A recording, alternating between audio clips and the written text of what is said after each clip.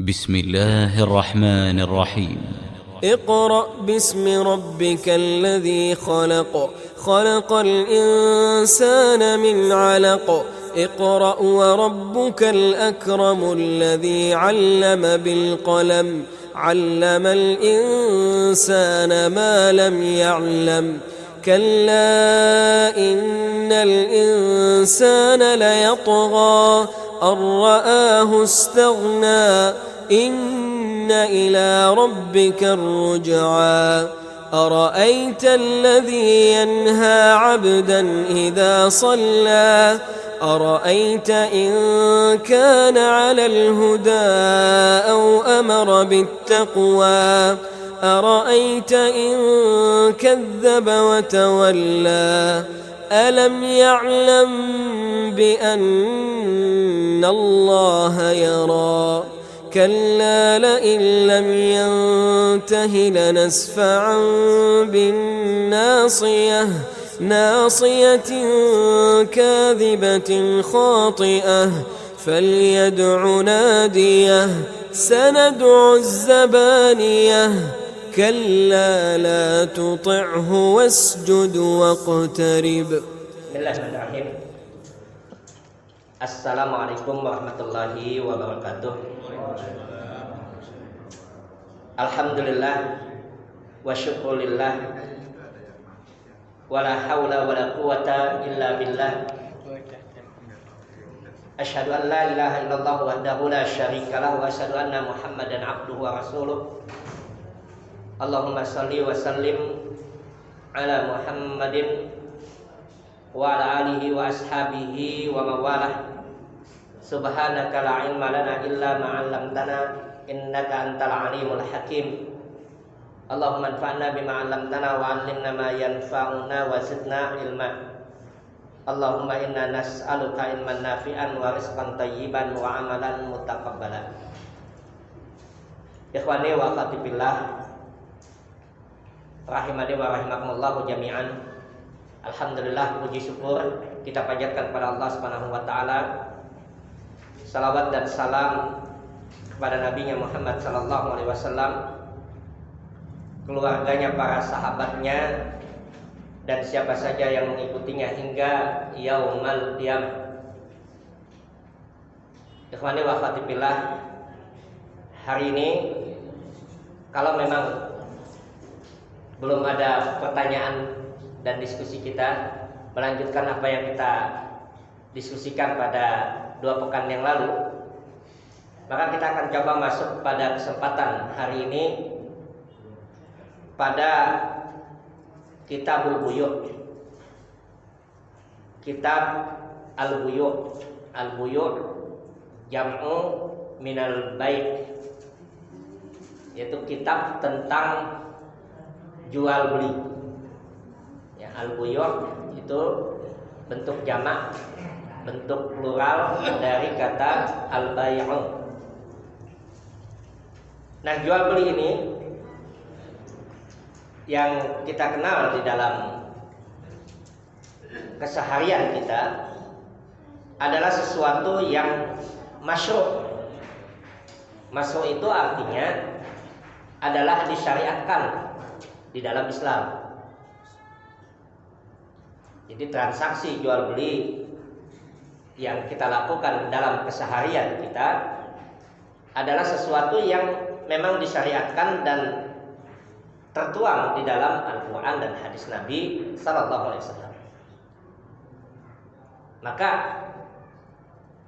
berkaitan tentang jual beli itulah Allah Subhanahu wa taala memberikan tuntunan kepada kita. Karena itu sesuatu yang disyariatkan dan berkaitan dengan hajat atau kebutuhan kita, maka diberikanlah oleh Allah Subhanahu wa taala tuntunan melalui nabinya Muhammad sallallahu alaihi wasallam. Beberapa hal yang bisa kita lihat pada bahasan tentang jual beli ini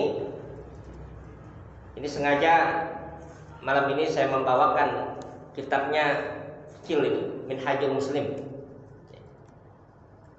Minhajul Muslim ini kitabnya segini, tapi terjemahannya segini.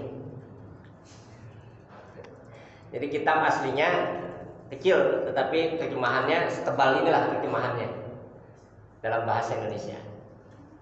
Itu kitab yang ditulis oleh Syekh Abu Bakar Al-Jazairi, yaitu bagaimana pedoman hidup seorang muslim.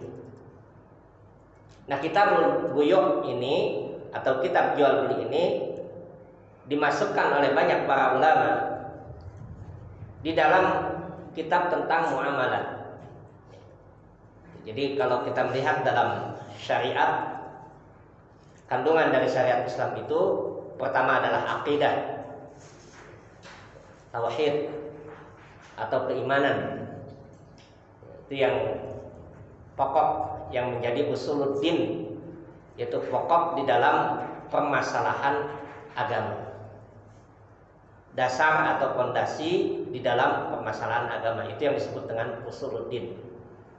Nah, usuluddin ini, akidah ini yang membedakan antara seorang muslim dengan bukan muslim, yang membedakan antara muslim yang sesungguhnya dengan yang tidak. Itulah dasar dalam bahasan akidah yang merupakan pokok terpenting dari syariat Islam. Yang kedua adalah masalah ibadah, al-ibadah, yang kita kenal dengan ibadah dalam pengertian atau pembagian syariat ini adalah ibadah mahdhah, ibadah langsung kepada Allah Subhanahu wa taala. Dan yang ketiga adalah muamalat duniawiyah, yaitu hubungan sosial, muamalat. Yang keempat dibagi oleh para ulama dengan pembagian yang masuk dalam kategori akhlak. Ini 4 kandungan syariat. Maka bahasan tentang kitab buyuk adalah masuk dalam fikih yang berkaitan tentang muamalah. Apa dasar yang kita ambil di dalam Al-Quran dan hadis Nabi SAW tentang jual beli ini bisa kita lihat di dalam Al-Quran. Di antaranya dalam surat Al-Baqarah ayat 279. Allah Subhanahu wa taala menyebutkan di dalam surat Al-Baqarah ini, wa ahallallahu al-bai'a wa harrama riba. Al-Baqarah surat yang kedua ayat 279. Wa ahallallahu al-bai'. Allah taala telah menghalalkan jual beli. Wa harrama riba, dan telah mengharamkan riba. Apa riba itu? Riba itu adalah pengambilan hak atau milik orang lain dengan tidak melalui proses transaksi jual beli yang dibenarkan. Yang disebut dengan riba. Karena kata riba itu dari kata riba, raba yarbu, gitu ya. Jadi bagaimana dia itu tumbuh dan berkembang sesuatu tanpa melalui jalan yang dibenarkan dalam syariat. Itu yang disebut dengan riba. Nah, ayat ini disebutkan oleh para ulama tafsir adalah landasan atau dasar bahwa jual beli itu sesuatu yang disyariatkan di dalam Al-Quran, dan Allah mengharamkan segala bentuk pengambilan yang di luar di dalam jual beli, yang tidak termasuk dalam jual beli. Adapun dari hadis Nabi Sallallahu Alaihi Wasallam, hadis Nabi Sallallahu Alaihi Wasallam, dalam hadis Nabi Sallallahu Alaihi Wasallam, kalau tadi dalam surat Al-Baqarah ayat 275 ya, 275, maka kemudian dalam hadis Nabi Sallallahu Alaihi Wasallam kita dapatkan beberapa hadis yang sangat banyak sekali menyebutkan tentang transaksi jual beli. Transaksi jual beli. Di antaranya misalkan kita dapatkan dalam hadis yang diriwayatkan oleh Imam Al-Bukhari dan Imam Muslim Nabi sallallahu alaihi wasallam menyebutkan kepada kita, la bai'a hadirun libadin. Kata Nabi sallallahu alaihi wasallam, tidak boleh orang kota menjual dagangan orang desa. Orang kota menjual dagangan orang desa. Ini terkait tentang jual beli. Bagaimana memahami hadis itu? Kalau kita memahami hadis ini secara tekstual apa adanya, berarti orang yang tinggal di kota Jakarta tidak boleh menjual barang orang yang tinggal di daerah. Kalau kita mengartikan hadis ini secara tekstual, ya, karena banyak orang yang memahami hadis tidak melalui pembacaan atau kaidah-kaidah bagaimana membaca dalil. Kalau kita pahami secara ini, mungkin kita akan tahu berarti nggak boleh nih orang Cengkareng dagangin barang orang Pandeglang misalnya. Secara tekstual kan, yang tinggal di daerah gunung nggak boleh kita jual. Kita ambil barangnya dari kampung lalu kemudian kita jual dengan harga yang murah. Apakah itu maksudnya? Nah, ternyata hadis yang disebutkan di dalam riwayat Imam Al-Bukhari dan Imam Muslim ini tidak seperti itu dalam pemahamannya. Tetapi larangan di dalam hadis Nabi sallallahu alaihi wasallam tadi, la bai'a hadir libadin. Kata Nabi sallallahu alaihi wasallam, tidak boleh orang kota itu menjual dagangan orang desa di situ. Maknanya adalah mengeksploitasi, mengambil keuntungan karena ketidakpengetahuan, ketidaktahuan tentang harga yang ada di desa, lalu kemudian dia mengambil barang itu dengan semena-mena keuntungannya. Itu yang dimaksud. Jadi bukan berarti tidak boleh kita mengambil barang dari daerah lalu kemudian kita jual di kota. Itulah kenapa ada penjelasan hadis-hadis Nabi sallallahu alaihi wasallam yang disarahkan, yang dituliskan oleh banyak para ulama.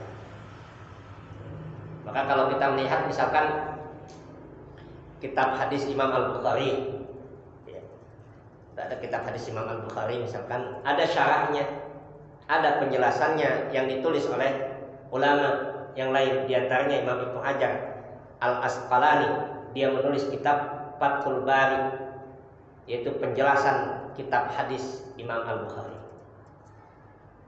Supaya apa? Supaya kita bisa memahami hadis itu dengan pemahaman yang tepat, dengan keilmuan. Misalkan kita membaca hadis Imam Muslim, kitab hadis Imam Muslim, maka ada syarahnya, syarah Imam Muslim, syarah Muslim atau syarah Muslim yang ditulis oleh Imam An-Nawawi. Di antaranya kita membaca kumpulan hadis Imam Al-Bukhari dan Imam Muslim berkaitan tentang hukum yang ditulis oleh seorang ulama Al-Maqdisi yang kita kaji, itu kitab Umdatul Ahkam, maka dituliskan syarahnya oleh banyak para ulama. Ini untuk apa? Untuk kita memudahkan memahami dalil itu dengan baik. Itulah kenapa membutuhkan satu ilmu.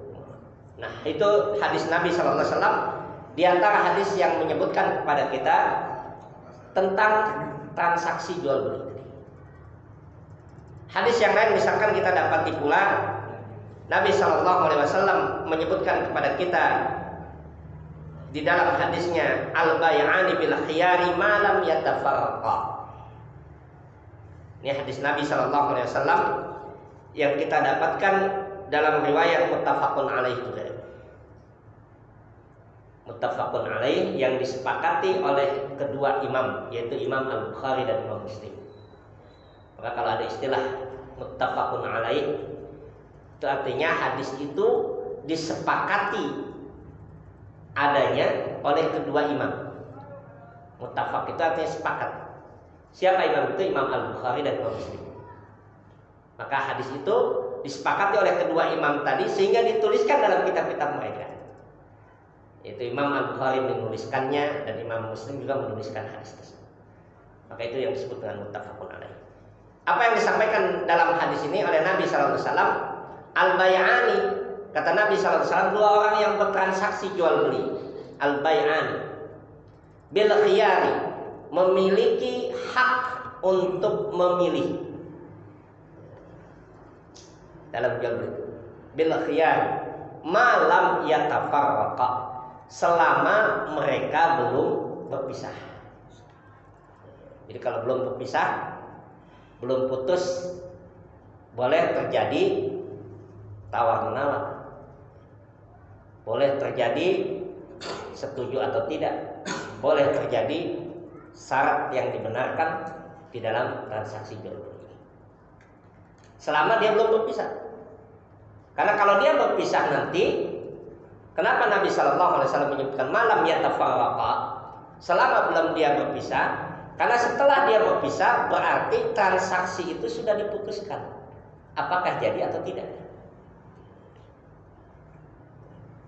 Itu yang disampaikan oleh Nabi Shallallahu Alaihi Wasallam. Maka beliau menyebutkan kepada kita al-bay'ani bil khiyar, selama dua orang berjual beli itu dia memiliki hak khiyar, hak memilih dalam transaksi tadi malam yatafarraqa, selama mereka belum berpisah. Diputuskan transaksi itu apakah jadi atau tidak. Nah, untuk itulah kemudian ketika kita melihat transaksi jual beli ini yang disyariatkan di dalam Al-Quran, disebutkan oleh Nabi Sallallahu Alaihi Wasallam, maka dalam transaksi jual beli itu ada rukun dan syaratnya.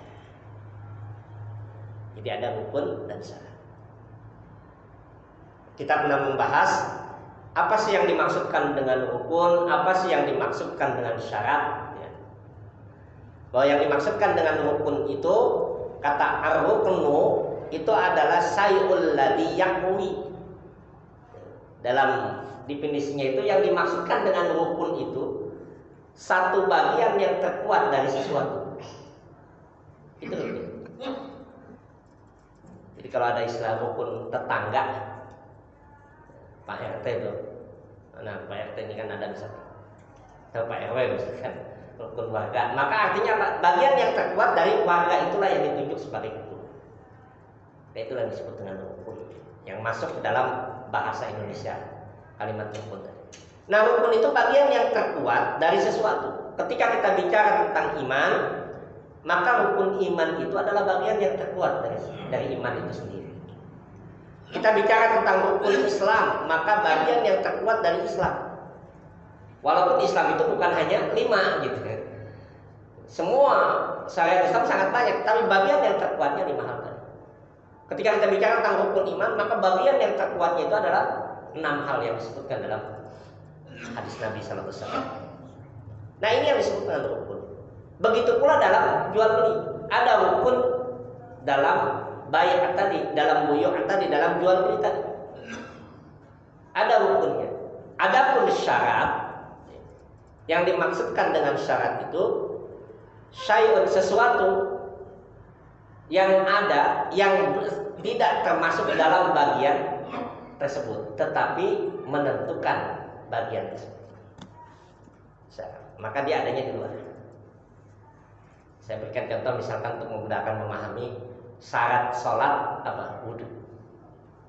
Dia ada di luar sholat. Rukun sholat apa rukun sholat? Surat Al-Fatihah misalkan. Dia ada di dalam ibadah sholat. Jadi itu perbedaan antara rukun dan syarat. Syarat itu dia adanya di luar sesuatu tadi, tetapi dia menentukan keterkaitan antara apa yang akan terjadi dalam sesuatu tadi. Maka ini yang disebut dengan rukun dan syarat. Ada 5 rukun yang kita dapatkan berkaitan tentang jual beli ini. Dan ada 3 syarat yang ada di dalam transaksi jual beli. Itu yang harus kita pahami. Karena nanti ada syarat-syarat yang tidak dibolehkan dan tidak dibenarkan dalam syariat. Dianggap syarat yang tidak sah atau syarat yang tidak dibolehkan dan membatalkan atau merusak transaksi jual beli itu. Ada syarat yang tidak dibolehkan. Nah, apa rukun itu? rukun dalam transaksi jual beli ini disebutkan oleh para ulama. Yang pertama adalah al-ba'i', adanya penjual. Itu menjadi rukun. Bahwa orang yang menjual barangnya itu dia merupakan rukun dari transaksi jual beli tadi. Dan penjual tadi memiliki syaratnya. Orang yang menjual barangnya ada syaratnya. Dia menjual barang itu ada syaratnya. Apa syaratnya itu? Milkut tam diantaranya. Kalau dalam jual beli itu, kalau saya menjual barang, misalkan ini saya jual, maka ini menjadi milik saya sebenarnya, maka saya jual. Tapi kalau milik orang lain, tidak boleh saya jual. Itu ada milkut tam namanya.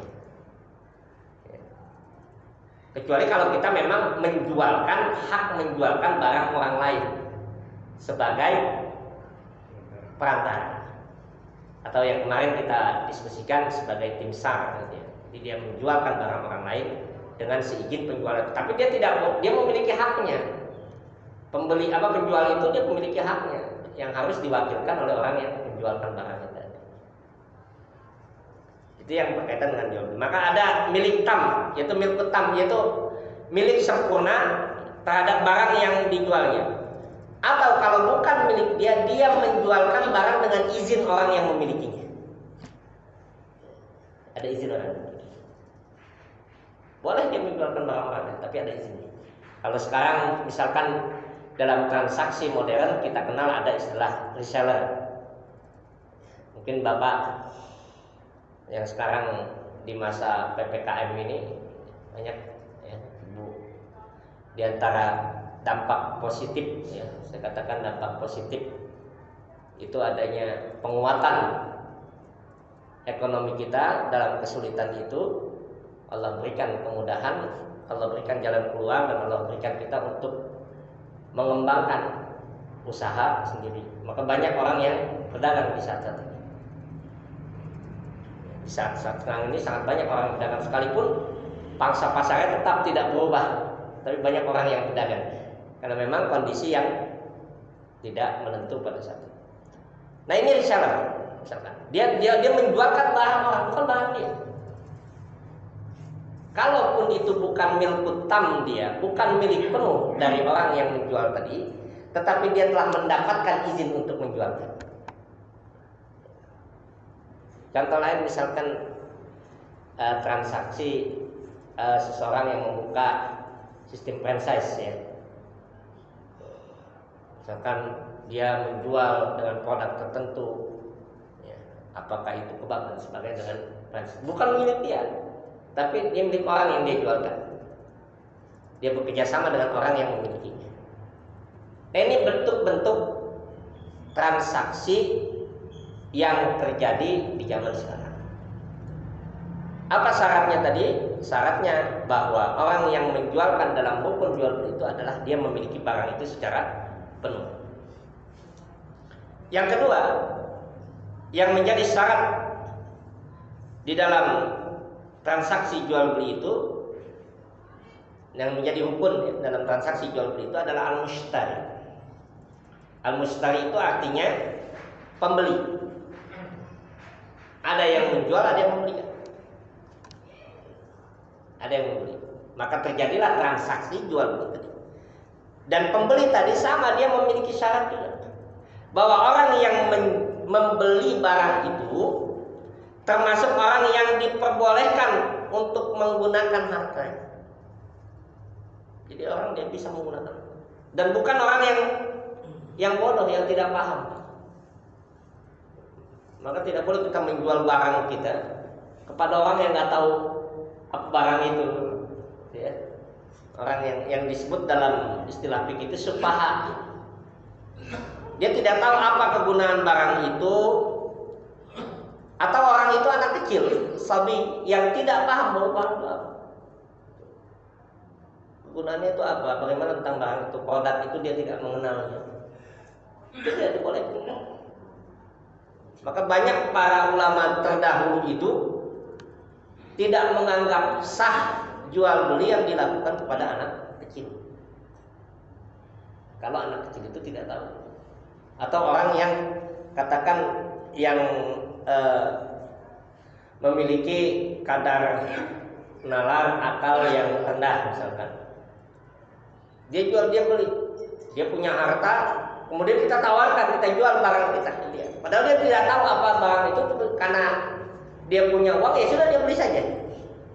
Nah ini dianggap jual beli atau transaksi baik tadi atau buyur tadi yang tidak dibenarkan di dalam syariat. Maka orang yang membeli itu dia adalah orang yang dia mengetahui barang tersebut. Pembeli tadi dia paham tentang barang tersebut. Bukan anak kecil yang tidak mendapat izin. Apalagi dia tidak tahu. Kita jual, ada anak kecil punya uang misalkan, lalu kemudian uangnya banyak, lalu kita jual barang kita yang seukuran uang dia, sementara dia sendiri tidak tahu dan tidak bisa bertransaksi tadi. Maka ini tidak dibolehkan. Nah ini rukun yang kedua di dalam transaksi tadi. Yang ketiga adalah al-mabi'. Al-mabi' itu ada barang dagangan yang dijualnya tadi. Nah, barang dagangan yang dijual ini adalah termasuk barang-barang yang dibolehkan, bukan barang-barang yang haram. Itu syaratnya. Jadi ada barang-barang yang mau dijual, bukan dia barang-barang yang dibolehkan untuk dijual belikan, bukan barang yang haram. Misalkan menjual beli sesuatu khamar, sesuatu yang diharamkan. Sekalipun ada penjualnya, ada pembelinya, maka transaksi itu dianggap transaksi yang diharamkan. Jadi barang yang memang dijual itu barang yang dibolehkan, bukan barang yang diharamkan atau hasil dari mencuri. Ada orang menjual barang yang kita tahu itu hasil mencuri, maka kita tidak boleh membeli. Ini mabit tadi, yaitu barang dagangannya. Barang dagangannya dia adalah barang yang dibolehkan dijual, suci sifatnya, tidak najis, yang diharamkan. Bukan barang-barang yang dilarang untuk dijual. Kemudian ada diserah terimakan kepada pembelinya. Atau barang itu diserah terimakan. Sekalipun mungkin barang itu tidak terlihat di hadapan mata, tetapi disebutkan cirinya. Kan transaksi sekarang, apalagi dengan transaksi elektronik, transaksi digital, kita mau beli rumah, kita nggak tahu rumahnya, transaksi disebutkan sifatnya, rumahnya begini, terbuat dari ini, bahannya ini, lalu kemudian terjadilah akad transaksi, itu dibolehkan selama disebutkan sifatnya tadi, sifat-sifat barang tersebut. Kalau kayak reseller sekarang, misalkan ikhwani wa akhwati fillah, azanillahu wa iyyakum, misalkan orang yang reseller sekarang ini yang menjualkan barang orang lain tadi dengan izinnya tadi, dia mungkin tidak memiliki barang itu, tapi dia tahu produk itu, ya kan? Dia tahu produk itu, dia sebutkan inilah barangnya, sifat-sifatnya seperti ini, spesifikasinya seperti ini yang dijual dengan harga yang sekian. Ini diketahui barang. Tidak boleh al-mabi' tadi, barang yang dijual itu adalah barang yang sifatnya gharar. Apa gharar itu? Adalah sesuatu barang yang tidak jelas, tidak diketahui. Tidak boleh barang itu adalah barang yang seperti kita menjual kucing dalam karung. Dia harus barang yang jelas. Sekalipun barang itu dilihat, tetapi barang itu disebutkan spesifikasinya, sifat-sifatnya, yang gambarannya itu membuat orang yang membelinya itu memahami bahwa itu barang yang akan dia dapatkan.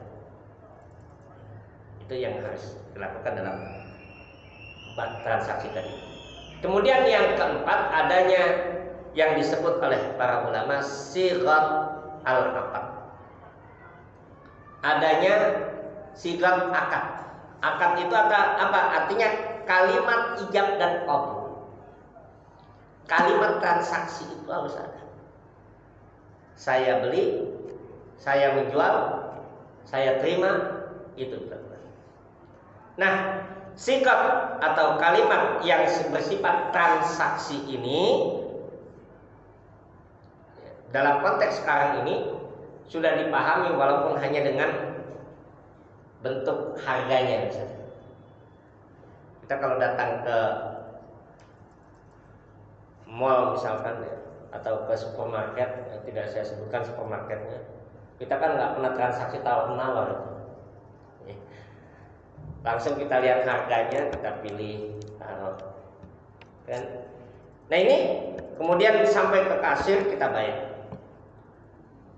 Pembayaran ini dikategorikan dengan kalimat tadi, yaitu atau sigat al-aqad tadi. Kenapa? Karena kita sudah memahami barang tadi dan kita lakukan pembayaran. Itu kan kadang-kadang yang dikomentari oleh banyak orang itu, kita kalau ke supermarket itu tidak pernah nawar, tapi kalau pedagang muslim kita tawar habis-habisan. Ini yang sering terjadi gitu ya. Kalau beli barang di tetangga kita, warung kita gitu ya, kita nawarnya sampai habis-habisan. Walaupun hanya 100 rupiah, kayaknya bangga banget kita dapat bisa menawar itu. Tapi kalau dibelanja di tempat yang bukan milik muslim itu, kita nggak ada lagi tawar menawar. Kita sudah sepakat aja harga sekian udah. Karena kalau nawar kita nggak bakal dikasih gitu. Ini yang disebut dengan sigatul akad, yaitu ada kalimat transaksi yang dilakukan. Bismillahirrahmanirrahim. Wal 'asri innal insana lafi khusr إلا الذين آمنوا وعملوا الصالحات وتواصوا بالحق وتواصوا بالصبر